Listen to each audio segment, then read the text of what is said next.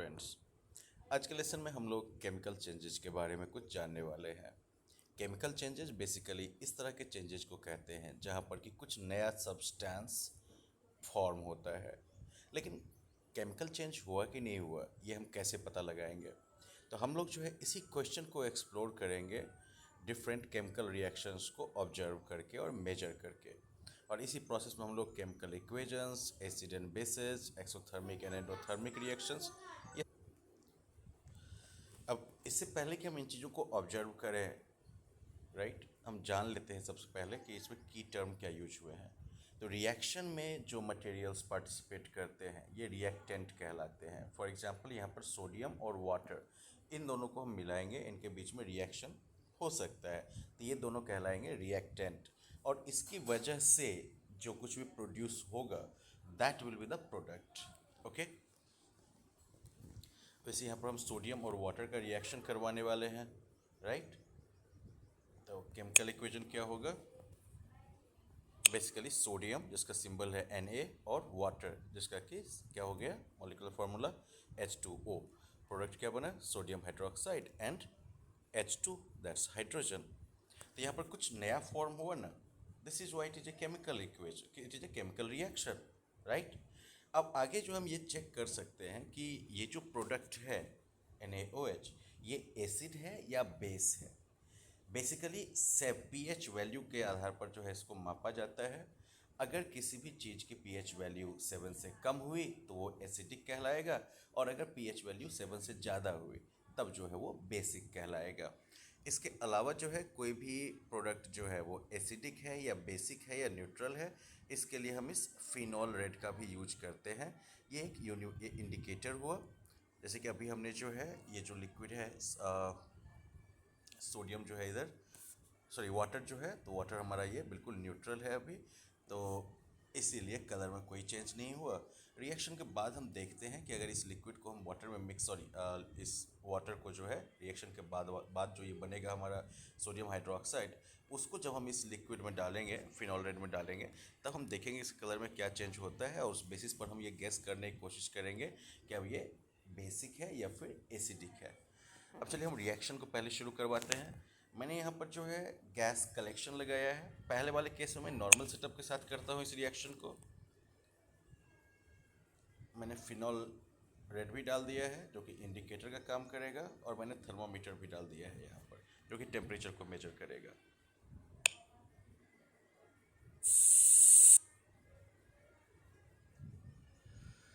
अब यहाँ पर आप देख सकते हैं कि रिएक्शन के बाद टेम्परेचर जो है वो बदला है। स्टार्टिंग टेम्परेचर था 21 डिग्री सेल्सियस, अब करेंट टेम्परेचर हो गया है 59 डिग्री सेल्सियस, विच इंडिकेट्स और suggest that it is an exothermic reaction जो कि हीट रिलीज करता है। जब हमने इस सोडियम हाइड्रोक्साइड को फेनोलेट में डाला तो इसका कलर जो है वो चेंज हो गया, which indicates that it is a basic solution NaOH। Okay, अब इसके अलावा देखिए जब हम लोगों ने शुरुआत में इसका मास देखा था दैट वाज 438 ग्राम, लेकिन अब ये घट के 0.9 ग्राम हो गया है, तो मतलब कि मास का थोड़ा सा लॉस हुआ है। लेकिन हमने लेसन के इन्फो में क्या देखा था कि कंजर्वेशन ऑफ मैटर ये केमिकल रिएक्शन से जुड़ा हुआ है की जो है कॉन्सेप्ट है। कि किसी भी केमिकल रिएक्शन में रिएक्टेंट की जो मात्रा होगी या रिएक्टेंट का जो मास होगा वो प्रोडक्ट के मास के बराबर होना चाहिए, लेकिन यहाँ पर प्रोडक्ट का मास तो घट गया, राइट, 0.1 ग्राम। तो अब इसको चेक करने के लिए हम क्या करते हैं, तो गैस कलेक्शन वाले सेटअप के साथ शुरू करते हैं। अब आपके पास जो है ये अलग तरह का सेटअप है। यहाँ पर भी हम फिनॉल रेड, चलिए फिनॉल रेड भी डाल दिया हमने, थर्मोमीटर को भी हमने कनेक्ट कर दिया। Let's perform the reaction.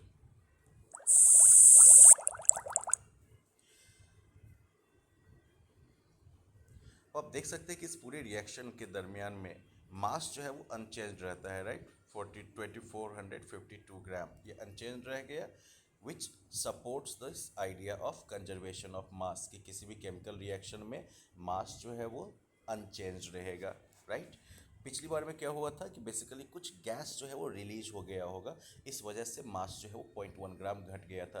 लेकिन इस बार हमने जो है ग्लास अपैरेटस या ग्लास कलेक्शन लगा रखा है, तो उस वजह से वो एयर भी जो है एस्केप, गैस भी एस्केप नहीं कर पाया, और इसलिए मास का लॉस नहीं हुआ है। अब अगर आप जानना चाहते हैं कि कौन सी गैस रिलीज हुई थी तो ये भी हम चेक कर सकते हैं। हमारा केमिकल रिएक्शन कहता है कि यहाँ पर हाइड्रोजन रिलीज हुआ है, राइट। तो चलिए हाइड्रोजन के प्रेजेंस के लिए हम जो है चेक करते हैं। तो जलता हुआ एक बर्निंग स्प्लिंट इसमें जब डालते हैं तो पफ की आवाज़ आती है, राइट। छोटा सा एक्सप्लोजन होता है, राइट। तो ये प्रूव करता है कि इस रिएक्शन में क्या रिलीज हुआ था, हाइड्रोजन गैस। अब देखिए यहाँ पर जो है हमारा केमिकल रिएक्शन क्या था, बेसिकली केमिकल इक्वेशन जो है वो ये शो करता है कि रिएक्टेंट्स क्या थे और प्रोडक्ट क्या थे, राइट। इधर आपने देखा Na+H2O, these are your reactants. और एरो का चिन्ह जो है वो ये दिखाता है कि चलिए रिएक्शन हुआ। और इधर जो है एरो के इस साइड हम क्या देखते हैं, तो जो प्रोडक्ट्स हुए हमारे, राइट, NaOH+H2। लेकिन अभी अगर आप ध्यान से देखिए तो ये इक्वेशन जो है वो पूरी तरह से बैलेंस्ड नहीं है, क्योंकि इधर जो है आपके पास H2 यानी कि 2 हाइड्रोजन एटम्स है, इस साइड जो है 3 हो जाती है ये मात्रा। तब इसको हमें जो है बैलेंस करना होगा। देखिए बैलेंस अब इस तरीके से होगा 2Na+2H2O, और रिजल्ट क्या हुआ 2NaOH+H2। अब अगर आप देखिए तो 2H ये हुआ और ये 2H 4H हो गया, हाइड्रोजन की मात्रा बराबर हो गई, राइट। दोनों तरफ इधर भी 4 हाइड्रोजन, इधर भी जो है 2 हाइड्रोजन इधर और 2 हाइड्रोजन इधर, 4 हाइड्रोजन हो गया। तो चलिए बराबर रह गया ये। 2 सोडियम इधर था, इधर भी 2 सोडियम हमारा रह गया है, ये भी पूरा हो गया। इधर हमारा 2 ऑक्सीजन था, राइट, 2 एंड O, 2O हो गया ना, 2 ऑक्सीजन हो गया इधर एटम, और इधर भी जो है हमारा 2O हो गया। इस तरह से एक बैलेंस्ड इक्वेशन हो गया, right. Now let's move on, we are going to try chlorine. तो हम सोडियम के साथ जो है इस अब जो हम क्लोज सिस्टम पर नहीं जाएंगे, क्योंकि हम कंजर्वेशन ऑफ मास का जो प्रिंसिपल है वो समझ चुके हैं ऑलरेडी। तो इसलिए जो है हम नॉर्मल सेटअप के साथ ही रहते हैं, या चलिए क्लोज ही रखते हैं। अब जो है हम क्या करने वाले हैं,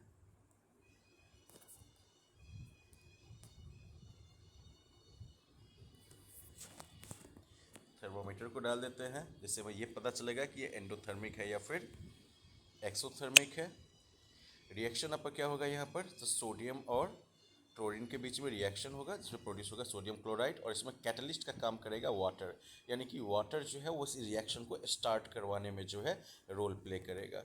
अब चलिए हम लोग परफॉर्म करते हैं इस रिएक्शन को, राइट। तो पहले हमने क्या किया, क्लोरीन गैस में हमने सोडियम को डाला, और फिर जैसे हमने थोड़ा सा वाटर डाला, रिएक्शन जो है वो शुरू हो गया, राइट। मास में कोई चेंज आया क्या, 51.1, 51.1, यानी कि मास रिमेन्स अनचेंज्ड, राइट। अब मैग्नीफायर के जरिए आप देख सकते हैं रिएक्शन में क्या प्रोड्यूस हुआ है, राइट। सॉल्ट जैसा यहाँ पर प्रोड्यूस हुआ है ना, राइट। अब जो है इसके साथ हम थर्मामीटर को भी ऐड कर सकते थे। तो बिगनिंग में जो है टेम्परेचर इसका 21 डिग्री सेल्सियस था, लेकिन रिएक्शन के बाद ये टेम्परेचर जो है वो 100 डिग्री सेल्सियस से भी ऊपर हुआ, यानी कि ढेर सारा हीट रिलीज हुआ है। अब आप समझ सकते हैं कि ये एंडोथर्मिक था या फिर एक्सोथर्मिक था। Now this is the third case, जहाँ पर कि सोडियम का जो है हम केरोसिन के साथ रिएक्शन करवा के देखते हैं कि कुछ होता है कि नहीं। थर्मोमीटर भी डाल दिया हमने, फिनॉल रेड भी डाल दिया हमने, न्यूट्रल। अब वैसे आपको केमिकल इक्वेशन यहाँ पर दिखा रहा है कि बेसिकली जो रिएक्टेंट होता है सेम हमारा प्रोडक्ट रह जाता है, यानी कि कोई रिएक्शन यहाँ पर नहीं होता है, कोई भी नया प्रोडक्ट जो है यहाँ पर नहीं बना, राइट। कोई भी नया प्रोडक्ट अगर नहीं बना तो यानी कि रिएक्शन नहीं हुआ। फिर भी हम इसको परफॉर्म करके देखते हैं। हमने सोडियम को गिराया केरोसिन में, कुछ भी चेंज जो है वो नहीं हुआ, ना तो पीएच बदला और ना ही टेम्परेचर में कोई बदलाव हुआ, राइट। अनचेंज रह गया ये। Now let's change it, let's try with hydrogen peroxide. और हाइड्रोजन पेरोक्साइड का रिएक्शन हम पहले करवाएंगे पोटेशियम आयोडाइड के साथ। तो hydrogen peroxide H2O2, right. Catalyst का काम यहाँ पर पोटेशियम करता है, ओके। पोटेशियम आयोडाइड एक कैटलिस्ट का काम करता है। चलिए अब फिनॉल रेड को भी देख लें पीएच वैल्यू भी हम लोग नाप के देख लेते हैं, और थर्मामीटर भी लगा देते हैं। Let's perform the reaction. तो टेम्परेचर बढ़ा, यानी कि एंडोथर्मिक हुआ कि एक्सोथर्मिक, करेक्ट। अब जो है यहाँ पर देखिए O2 रिलीज हुआ है गैस, तो O2 को चेक करने के लिए हम लोग जो है ग्लोइंग स्प्लिंट ट्राई कर सकते हैं। अब देखिए जैसे हमने ग्लोइंग स्प्लिंट डाला वो तेजी में जलने लगा, राइट, मतलब कि ये गैस क्या है, ऑक्सीजन है।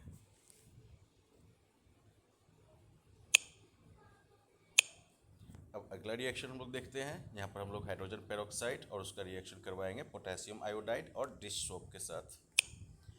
This is the chemical equation again. Let us put the thermometer.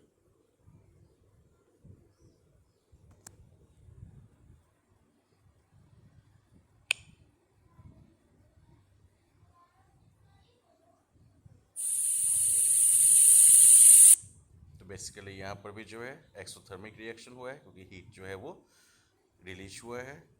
PH value में कोई चेंज नहीं आया है। Let's try something else now, raw liver.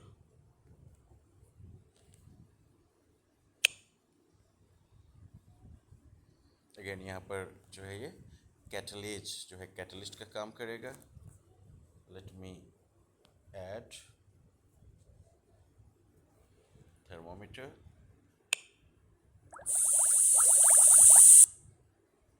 Again raw liver जो कि कैटलिस्ट हुआ, उसके साथ जब हम रिएक्शन करवाते हैं तो काफ़ी तेज रिएक्शन होता है। टेम्परेचर देखिए कितना बढ़ गया यहाँ पर, तो ये एंडोथर्मिक हुआ कि एक्सोथर्मिक। अब यहाँ पर हमने देखा कि ऑक्सीजन रिलीज हुआ है, तो हम ग्लोइंग स्प्लिंट ले जाएंगे वहाँ पर।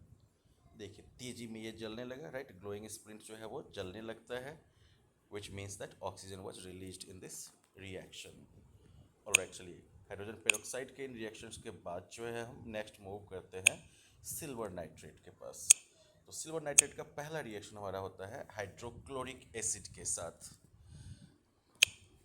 अब अगर यहाँ पर आप ध्यान से देखिए तो क्या है, यहाँ पर silver nitrate plus hydrochloric acid, product क्या होता है हमारा, तो बेसिकली जो है AgCl एंड HNO3। तो बेसिकली जो इसका ये हिस्सा होता है वो हाइड्रोजन के साथ जुड़ जाता है, और इसका जो हिस्सा होता है वो सिल्वर के साथ जुड़ जाता है। This is called double displacement reaction, right, जहाँ पर कि एक का जो है कंस्टिट्यूएंट मॉलिक्यूल वो दूसरे के साथ ट्रांसफर हुआ और पहले का जो है वो दूसरे के साथ चला गया। तो let us perform the reaction first. Thermometer भी लगा ही देते हैं हम लोग, फिनॉल रेड का भी यूज कर ही लेते हैं। तो न्यूट्रल है,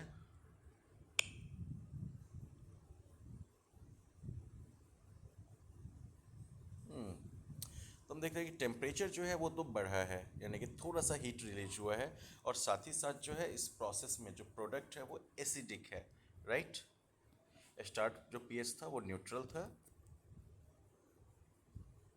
राइट, सिल्वर नाइट्रेट सॉल्यूशन का। लेकिन जब हमने इसमें हाइड्रोक्लोरिक एसिड डाला तो उसके बाद जो प्रोडक्ट हमें मिला है वो क्या है, एसिडिक है वो। Now let us move to copper. तो सिल्वर नाइट्रेट और कॉपर के बीच में जो है हम यहाँ पर जो है रिएक्शन करवाएंगे। अब आप यहाँ पर ध्यान से देखिएगा कि जब सिल्वर नाइट्रेट और कॉपर के बीच में रिएक्शन होता है तो जो नाइट्रेट वाला कंपोनेंट होता है वो यहाँ पर कॉपर के साथ जुड़ जाता है, ओके, और सिल्वर जो है वो फ्री रह जाता है। इसे कहते हैं सिंगल डिस्प्लेसमेंट रिएक्शन। अब देखते हैं ये रिएक्शन कैसे काम करता है। तो सिल्वर नाइट्रेट सॉल्यूशन में हमने कॉपर डाला। एक चीज़ मैं भूल गया, चलिए थर्मामीटर डाल के देखते हैं। तो स्टार्टिंग में टेम्परेचर था 21 डिग्री सेल्सियस, अब बढ़ के हो गया है 23 डिग्री सेल्सियस, तो यानी कि हल्का सा हीट रिलीज हुआ है। तो दिस इज एंडोथर्मिक और एक्सोथर्मिक, मेक योर गेस। अब मैग्नीफायर लगा के देखिए, वाटर क्रिस्टल जैसा जो है यहाँ पर फॉर्म हो गया है, right. Phenol red, yes, phenol red use करने का ऑप्शन नहीं है हमारे पास, so let's move on. Phenol red का यूज करके देखते हैं हम साथ में। तो silver nitrate solution neutral, copper add किया हमने,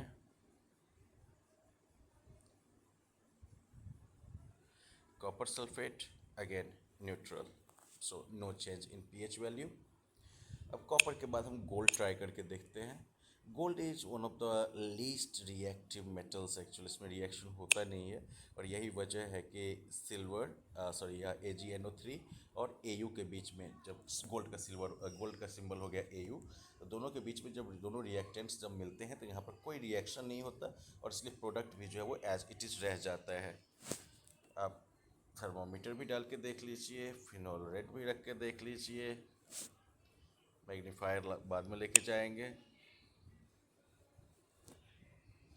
ना टेम्परेचर में कोई फ़र्क आया है, ना पीएच वैल्यू में कोई फ़र्क आया है, और मैग्नीफायर लगा के देख लीजिए, गोल्ड में भी कोई चेंज नहीं आया है। So no reaction took place in this case.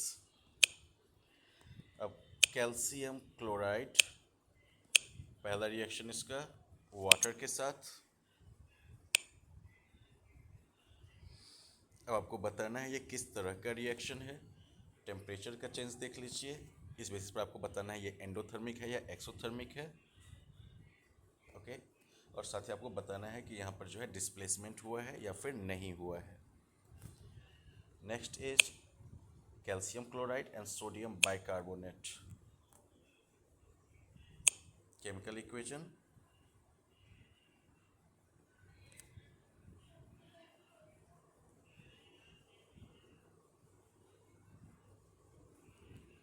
तो बेसिकली जो है स्टार्टिंग में इसका पीएच जो है वो बेसिक है। अब चलिए हम रिएक्शन शुरू करें। टेम्परेचर हल्का सा बढ़ा है, पीएच जो है वो चेंज हो गया है, बेसिक था शुरू में, अब ये हो गया है एसिडिक। अब हम चेक करते हैं, यहाँ पर दिखा रहा है कि CO2 प्रोड्यूस होगा और H2O प्रोड्यूस होगा। तो हम बर्निंग स्प्लिंट लेकर ट्राई करते हैं। बर्निंग स्प्लिंट को अंदर जैसे ही हम डालते हैं ये जो है बुझ जाता है, वह इंडिकेट करता है कि इससे CO2 जो है वो रिलीज हो रहा है, जो कि आग के बुझाने में काम भी आता है। Let's try with sodium hydroxide now. Chemical reaction आपका यहाँ रहा, थर्मोमीटर कनेक्ट किया हमने, फिनॉल रेड डाला हमने। तो इनिशियली ये बेसिक है। Let's perform the reaction. And result भी बेसिक ही रहा, यानी कि पीएच वैल्यू में कोई चेंज नहीं आया। टेम्परेचर जो है वो 21 डिग्री सेल्सियस से बढ़ के 65 डिग्री सेल्सियस यानी कि हीट रिलीज हुआ है, राइट। अब आपको ये भी बताना है कि ये डिस्प्लेसमेंट रिएक्शन है या नहीं है। Finally we are going try with reactant के 1 के तौर पर हम अमोनियम नाइट्रेट को लेते हैं और इसका रिएक्शन हम करवाते हैं वाटर के साथ। So this is the chemical reaction. Again you will notice thermometer को डालते हैं हम यहाँ पर, फिनॉल रेड डाला हमने पीएच चेक करने के लिए, तो न्यूट्रल है। रिएक्शन करवाते हैं, ग्रेट। पहली बार ऐसा हुआ है कि स्टार्ट टेम्परेचर से करंट टेम्परेचर कम हो गया है, तो आपको बताना है कि ये किस तरह का रिएक्शन है, एक्सोथर्मिक या एंडोथर्मिक। ऑलराइट, मास जो है वो बराबर रह गया है बिगनिंग में और एंड में, यानी कि कंजर्वेशन ऑफ मास के प्रिंसिपल को ये जो है फिर से प्रूव कर रहा है, राइट। स्टार्ट में जो है इसका पीएच न्यूट्रल था, लेकिन जो हमारा प्रोडक्ट रहा है NH4 ये जो है एसिडिक है, right, sorry. Now let's move on. Water के बाद हम पोटेशियम हाइड्रोक्साइड के साथ रिएक्शन करवाएंगे। Again let me put the thermometer here, phenol red basic to start. This is your chemical equation. You have to find out ये किस तरह का रिएक्शन है।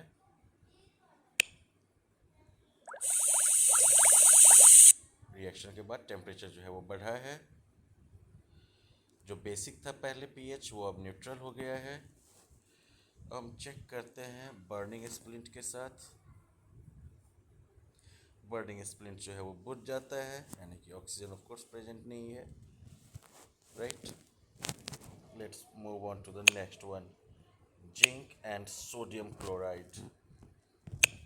तो बेसिकली हमने जो है अमोनियम नाइट्रेट के साथ जो है जिंक का रिएक्शन करवाया है, और यहाँ पर सोडियम क्लोराइड और वाटर ये दोनों कैटलिस्ट का काम करेंगे। थर्मामीटर को भी हम जो है डालते हैं यहाँ पर, ये जिंक एंड सोडियम क्लोराइड।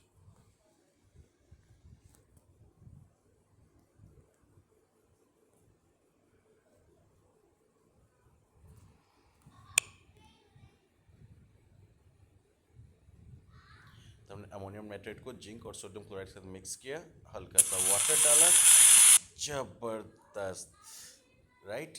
तो यहाँ पर जो है काफ़ी ज़्यादा हीट रिलीज हुआ है। सो इज इट एंडोथर्मिक और exothermic? You have to answer that question, right. आपने यहाँ पर केमिकल इक्वेशन देख लिया है जो कि बैलेंस्ड है।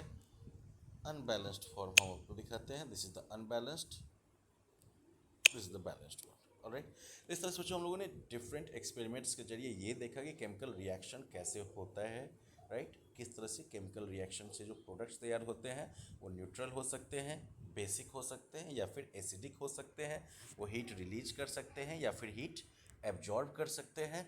लेकिन साथ ही साथ किसी भी केमिकल रिएक्शन में रिएक्टेंट्स का जो मास होगा और प्रोडक्ट का जो मास होगा वो हमेशा बराबर होगा, राइट। इसीलिए हमने ज़्यादातर जो है एक्सपेरिमेंट्स को क्लोज्ड सिस्टम में किया, जहाँ पर कि गैस या किसी चीज़ के फॉर्मेशन की वजह से मास का लॉस बिल्कुल ना हो। Okay, so I hope you have understood this. Now let us try some practice questions. तो बच्चों आप वीडियो को पॉज करके इन क्वेश्चंस का आंसर कर सकते हैं।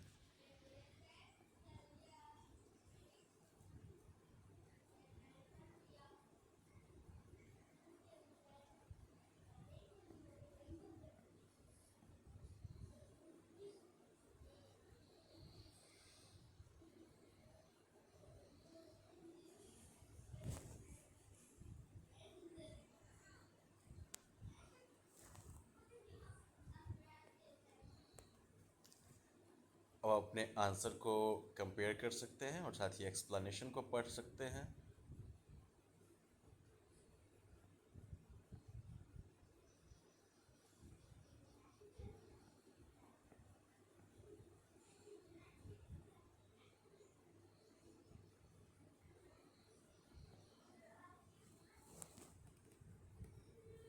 So well, that brings us to the end of this session. Thank you.